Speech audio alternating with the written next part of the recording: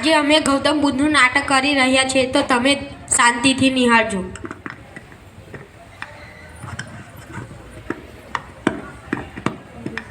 હે કપિલ વસ્તુ રાજ્યના મહારાજ શુદ્ધોધન, તમારી જય હો. આજે હું તમારા માટે એક આનંદના સમાચાર લાવી છું. મહારાણી માયાદેવીને પુત્રનો જન્મ થયો છે. કયા શુભ સમાચાર છે? ગુરુજી, મેં મારા પુત્રનું નામ શું પાડું? રાજા, તમે તમારા પુત્રનું નામ સિદ્ધાર્થ રાખો. તેનું ભવિષ્ય ખૂબ ઉજ્જવળ બનશે અને તે મોટો થઈને રાજા અથવા તે મોટો સંન્યાસી બનશે. મહારાજ શુદ્ધોધનની જય હો. હું તમારા માટે એક દુઃખના સમાચાર લાવી છું. મહારાણી માયાદેવીનું મૃત્યુ થયું છે. હે ભગવાન, આ શું થઈ ગયું? હવે સિદ્ધાર્થનું પાલન પોષણ કોણ કરશે? ગુરુજી, તમે જેમ કહો તેમ. રાજા, તમને યોગ્ય લાગે તો ગૌતમી મહાપ્રજાપતિ સિદ્ધાર્થની પાલક માતા ઉત્તમ રહેશે. આજથી સિદ્ધાર્થનું પાલન પોષણ ગૌતમી મહાપ્રજાપતિ કરશે અને આજથી સિદ્ધાર્થ ગૌતમ તરીકે ઓળખાશે.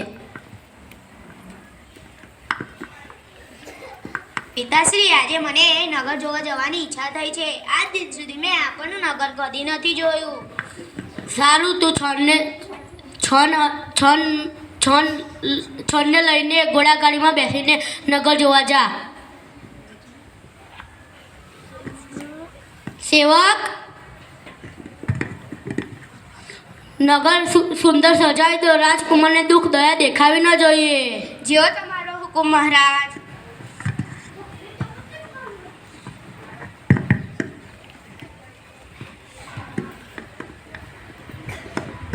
ચાલો છો નગર જોવા. જી રાજકુમાર.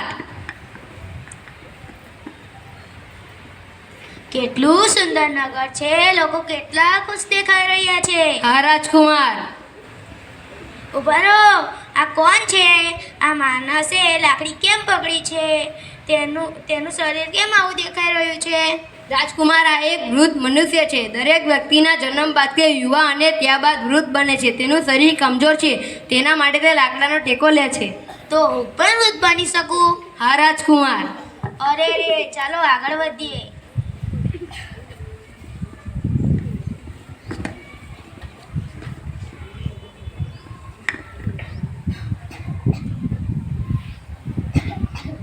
ઉભા રહો.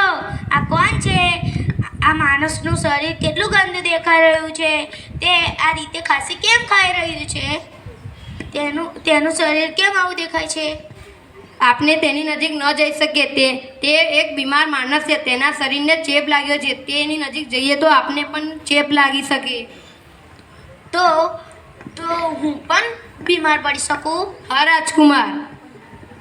ઓહ, સારું, આગળ વધીએ.